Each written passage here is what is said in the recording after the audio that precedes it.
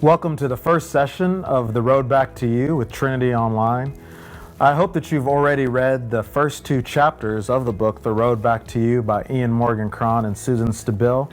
We'll be reflecting on some of the ideas presented in that book, as well as some of the ideas presented in the companion study guide, The Road Back to You, the study guide. If you have those, you might want to get those out so you can familiarize yourself with perhaps some of the notes that you've made or the markings that are there, and perhaps also just to check back over any diagrams that might be helpful as we're sharing. As you know from your reading, we've talked about in a very summarized way all of the different 9 personality types of the Enneagram. Now you've only gotten just a snapshot of what each one of those looks like, but likely either for yourself or for other people in your life, in your family, at work, in your neighborhood, you're already starting to think, oh, that sounds just like my supervisor, or oh, that's just like my aunt. And that's okay. That's natural. That's normal. Everybody does that. In fact, it can be really helpful to be aware of that and to make those connections as you're trying to place and understand this whole new system as a way and path of spiritual formation. But let me give you just a bit of word of caution around that. You need to always remember that it's very possible that you haven't accurately placed your neighbor, your supervisor, that person in your Bible study. And so if you're only relying on them as your picture of any type, you might start to associate some behaviors, a way of being with the Enneagram that aren't actually true to it. Furthermore, as was suggested, it's going to be really important that we do our best to refrain from verbalizing to other people in our world about what type we think they may or may not be. Part of this is just because it can be incredibly off-putting. You know, if you're talking with your spouse and they do something, you say, oh my gosh, you're being such a 5 right now. Well, if your spouse hasn't read the Enneagram and they don't know what a 5 is, then you've just given them a bit of a slight or insult, and they don't even have any ammunition with which to counter that or to know how to communicate with that. And so in order to keep the Enneagram from being something that's divisive and creating more and more conflict, which is really the opposite of our goal, we want to have more compassion and understanding for ourselves and the spiritual journey that God has us on, as well as for other people, and respecting where they're at in their own growth and relationship with God and themselves and the world.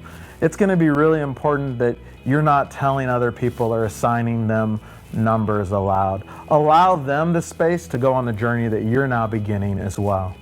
And speaking of journey, I believe if you don't have one, that getting a journal, whether it's a physical one or perhaps any of the number of digital apps or even just opening up a word processing document where you might type some things out, is going to be really helpful for you to be able to record your own insights and responses, especially if you get the study guide, which I'm heavily encouraging you to do.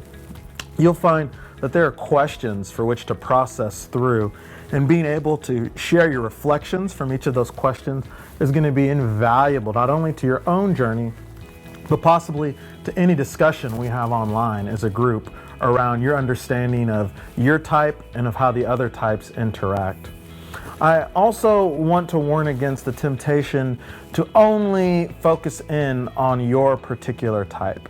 At the very least, if let's say you're a type 2, which is the type that I happen to be, then you're going to be interacting with the types on either side of you. We've already heard briefly about that in our reading through the wings. And so for me, as a 2, I have the possibility of either being and having a 1 wing or a 3 wing. So it's going to be important that as I study The Road Back to You and learn more about the Enneagram, that I also key into what's going on with the 3 type and the 1 type.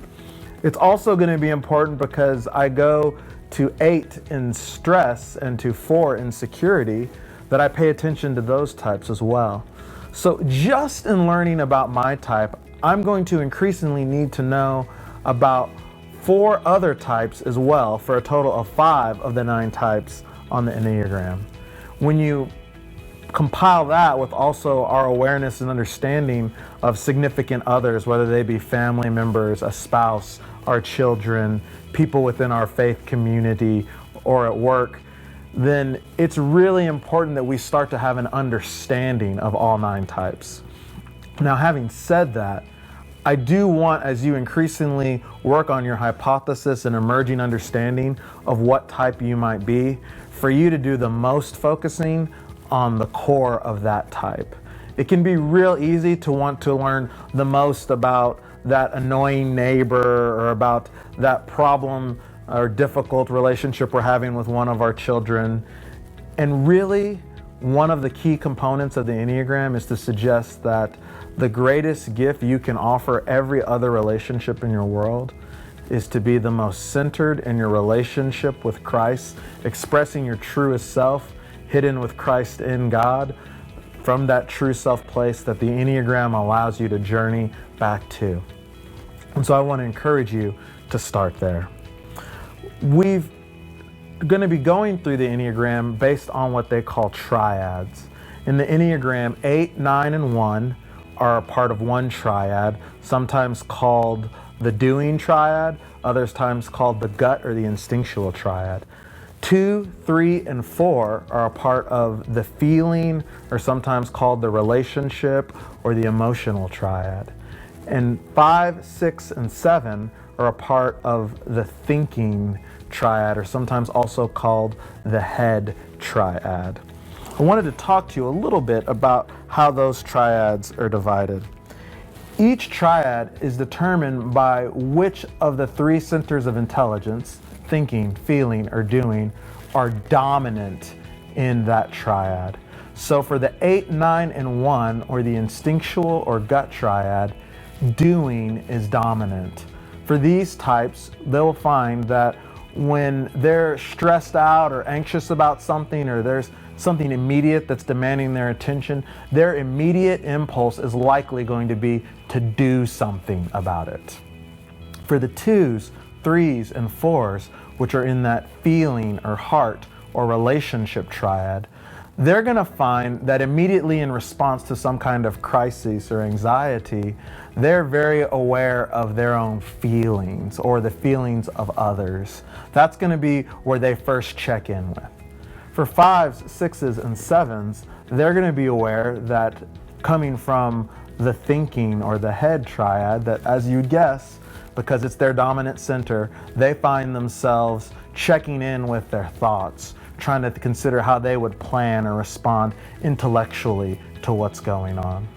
And so part of what we're going to be doing is journeying through the Enneagram. It's what Ian Cron and Susan Stabile are guiding us through in relationship to the triads. So for session 2, we're going to read chapters 3, 4, and 5, which cover Enneagram type 8, Enneagram type 9, and Enneagram type 1, which are all in the instinctual or gut or doing triad.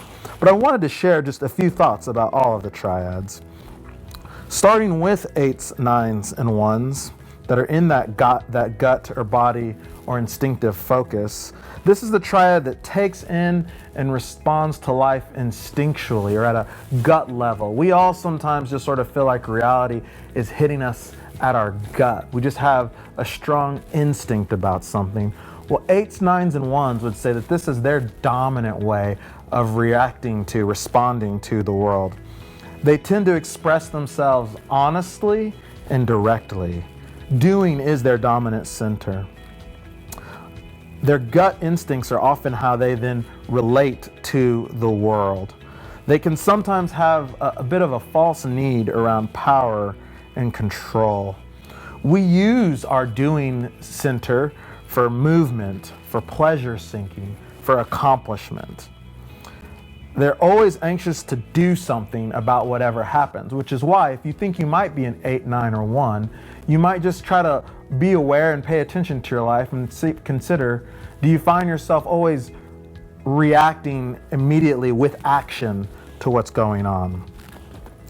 Here's how doing is expressed among those 3 types. 8s have an overdeveloped or instinctive action. They move on gut and have powerful reactions. They often don't pause sufficiently to foresee what the consequences to their actions might be.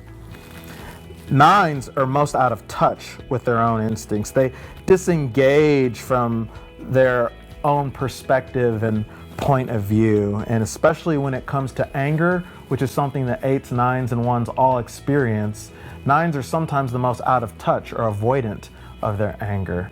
8s, on the other hand, don't have any problem expressing it straight up.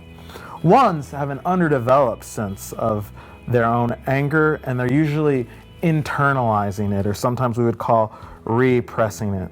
So to summarize, 8s externalize anger. It's usually straight up. If an 8's angry, you're going to know it. 9s tend to set aside anger or forget it. So they don't appear to us as angry, though 9s themselves would often say they're aware of the anger that's present in their lives. And 1s tend to internalize or push down or repress anger. And so usually when a 1 is expressing anger, it's not at the thing they're actually angry about. 2s, 3s, and 4s are in the feeling triad. Here's how feeling is expressed for 2s. 2s overexpress feeling. We express often only positive emotions while repressing the negative ones. 3s can tend to be out of touch with feelings, theirs and other people's.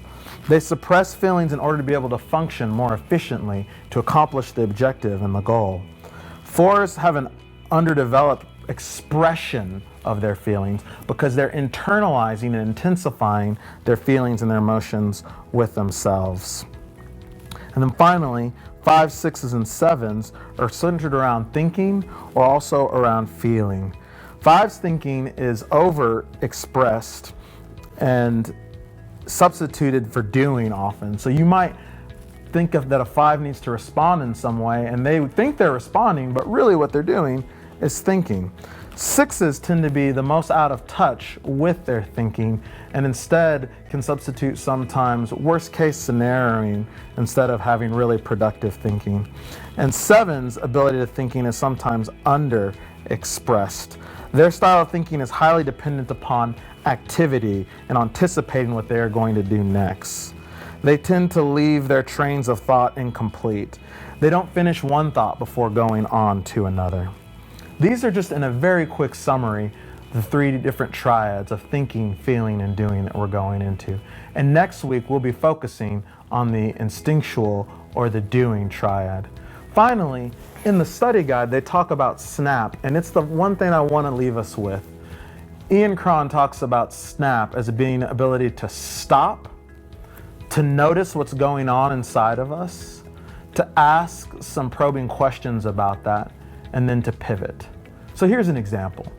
As a 2, I tend to get carried away with my feelings and emotions. Just the other day, a good friend who I was going to go visit asked me for the 3rd time when my flight was going to be landing.